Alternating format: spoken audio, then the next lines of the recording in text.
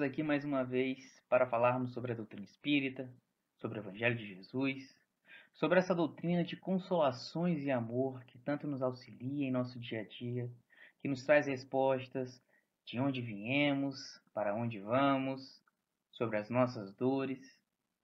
E o tema de hoje será ressurreição e reencarnação.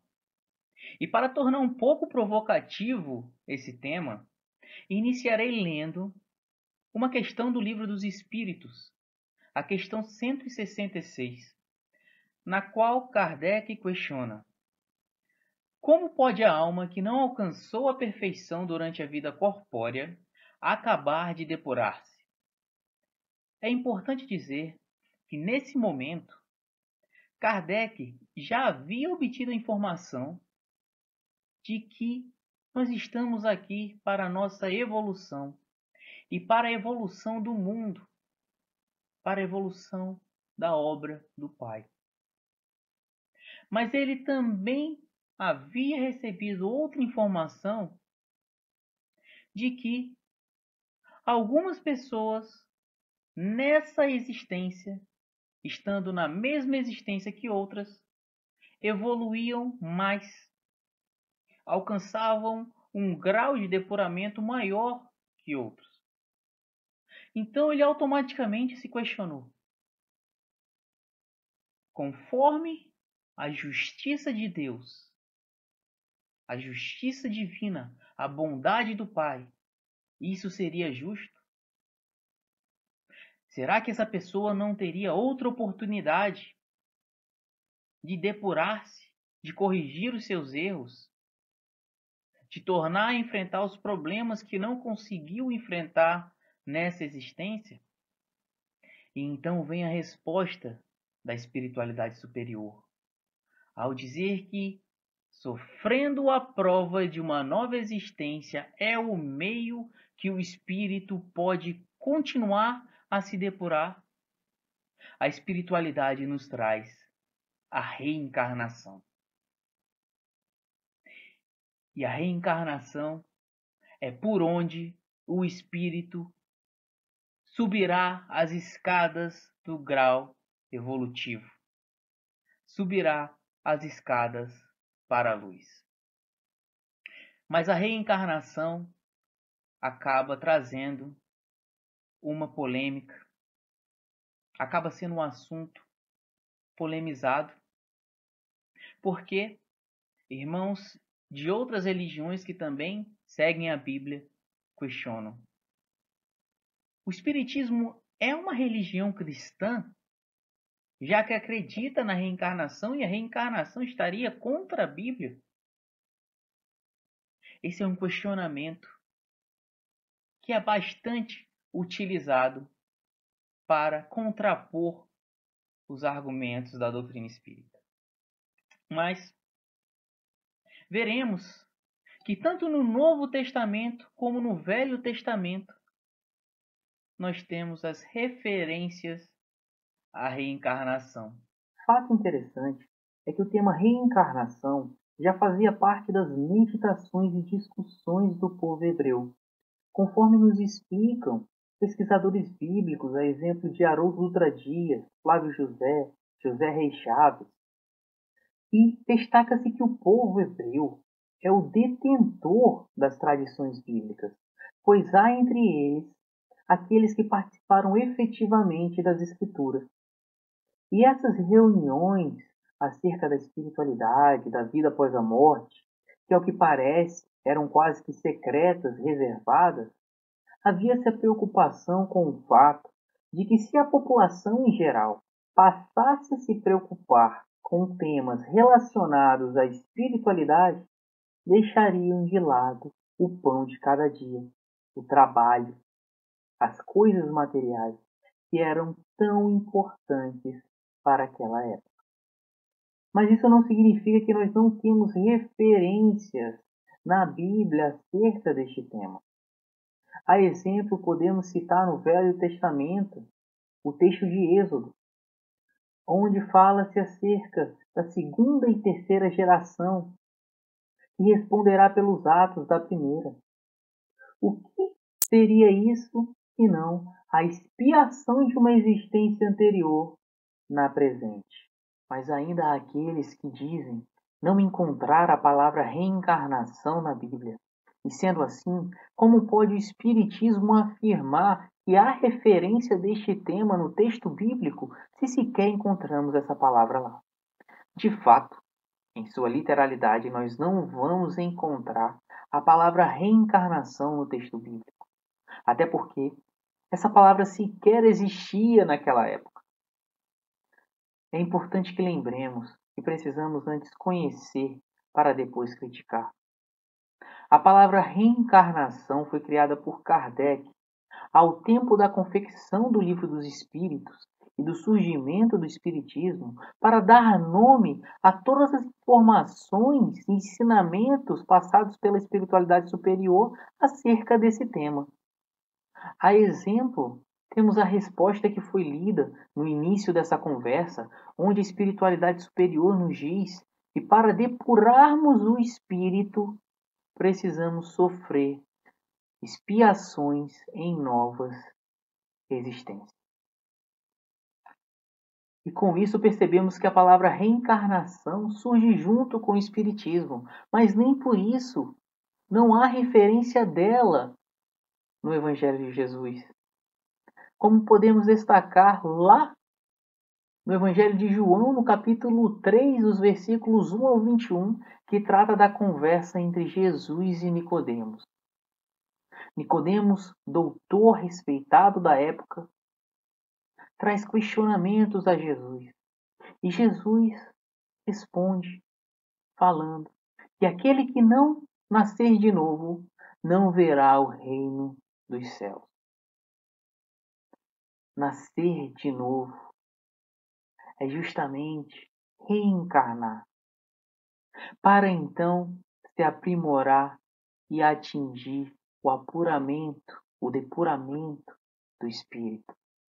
Mais à frente, Nicodemos não se dá por satisfeito e pergunta: mas como pode um homem já velho nascer de novo do ventre de sua mãe? E aqui Jesus separa a carne do espírito, pois fala: se alguém não for gerado da água e do espírito, não verá o reino dos céus. E ainda diz: o que foi gerado da carne é carne, e o que foi gerado do espírito é espírito. Fazendo a distinção do nascimento da carne e do nascimento do espírito. Porque a nossa vida não começa nessa terra, nesse plano terreno, do ventre da mãe. Ela tem pré-existência e posterior existência. O espírito tem pré-existência e posterior existência. Já a carne não. Então, ele nos explica, através dessa mensagem, o Mestre nos diz que não basta renascer, mas precisa renovar-se. E renovar-se através da reencarnação. Dá diversas experiências do aprimoramento moral. E não termina por aí as passagens evangélicas que tratam acerca do tema. Também, quando lemos texto bíblico lá em Mateus capítulo 11, versículo do 10 ao 14, onde temos as indagações de João Batista, Jesus nos diz que entre os nascidos de mulher não se levantou ninguém maior que João Batista, mas o menor no reino dos céus é maior que ele. Aqui não só temos uma referência à reencarnação, mas a explicação do mundo espiritual, do quanto precisamos melhorar para atingir a depuração do espírito. Pois Jesus disse que o menor lá no plano espiritual é maior que João Batista que aqui está, que aqui estava. E ainda, ele diz: e se quiserdes aceitar, ele é o Elias que havia de vir. Ora, claramente temos que João Batista é o espírito que era e habitava aqui este planeta como Elias. João Batista é a reencarnação de Elias. Também tivemos objeções dentro do espiritualismo. Nesse momento, cabe-nos mencionar Arthur Conan Doyle, escritor famoso por suas obras sobre o detetive fictício Sherlock Holmes, o qual aplicava a teoria da dedução e o raciocínio lógico na solução de crimes. Porém, esse escritor escreveu uma das obras mais importantes, se não a mais importante, sobre espiritualismo, pois nesta obra é feito um estudo minucioso e aprofundado de toda a história através dos fenômenos que ocorreram ao longo do tempo e que impressionaram a humanidade, sendo posteriormente denominados de invasão organizada. Mas neste livro intitulado A História do Espiritualismo, também é feito um estudo sobre a doutrina espírita. E ao tratar sobre a doutrina espírita, Conan Doyle nos traz a informação de que os espiritualistas estudiosos ingleses daquela época não aceitaram a reencarnação, pois afirmaram que não haveria nada que a comprovasse, e fizeram isso através de uma ciência material que sabe-se que não pode comprovar o que está além da matéria. Mas Conan Doyle traz sua própria conclusão sobre o tema. Ele vai falar que se o espiritualismo considera que a alma sobrevive ao corpo, significa que nós temos uma existência posterior. E toda existência posterior implica em uma existência anterior. Nos parece que Conan Doyle utilizou do próprio raciocínio lógico de seu detetive fictício para explicar a reencarnação. E o próprio espiritualismo, na sua própria essência, consegue explicá-lo. Por sua vez, a ciência vem ao longo do tempo estudando de forma profunda a reencarnação, através de diversas experiências científicas, como podemos citar a hipnose, a regressão, e Ian Stevenson, que foi um cientista e psiquiatra e colheu milhares de depoimentos de crianças onde era relatado vidas passadas, de forma detalhada e precisa. Portanto, a ciência também vem comprovando a reencarnação. A reencarnação pode não estar literalmente lá no texto bíblico, mas ela é representada pelo reviver, pelo renascer, pela geração que não é só a consanguínea, mas também a do espírito. A reencarnação é lei natural de Deus, da obra do Pai. É a exemplificação da bondade divina, do perdão do Pai para conosco, da justiça. Porque como poderíamos entender quando os maus prosperam e os bons sucumbem? Como podemos aceitar que aquele que erra não pode consertar, que aquele que erra está para sempre condenado? Aonde estaria a bondade de um ser perfeito que nem o nosso Pai? Se nós, na nossa imperfeição, podemos perdoar o próximo, por que Deus também não pode? Mas lembremos, a reencarnação possui dois objetivos.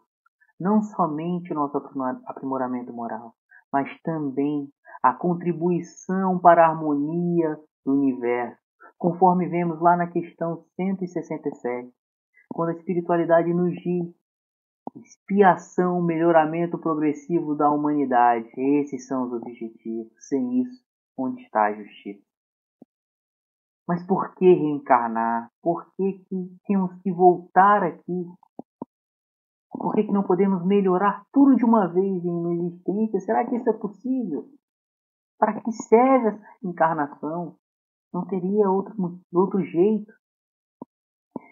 Me lembro de uma música escrita por Ana Vilela e cantada por ela também, na qual diz: não é sobre chegar ao topo do mundo e saber que venceu, mas sim escalar e sentir que o caminho te fortaleceu. A reencarnação é para que possamos caminhar com as nossas próprias pernas, Ao considerarmos que o limite da nossa vida se limita à vida material na Terra, estamos ignorando a essência do Espírito, estamos ignorando os atributos da divindade. Enxerguemos com a razão. Ao analisarmos o tema reencarnação na Bíblia, analisemos com a razão.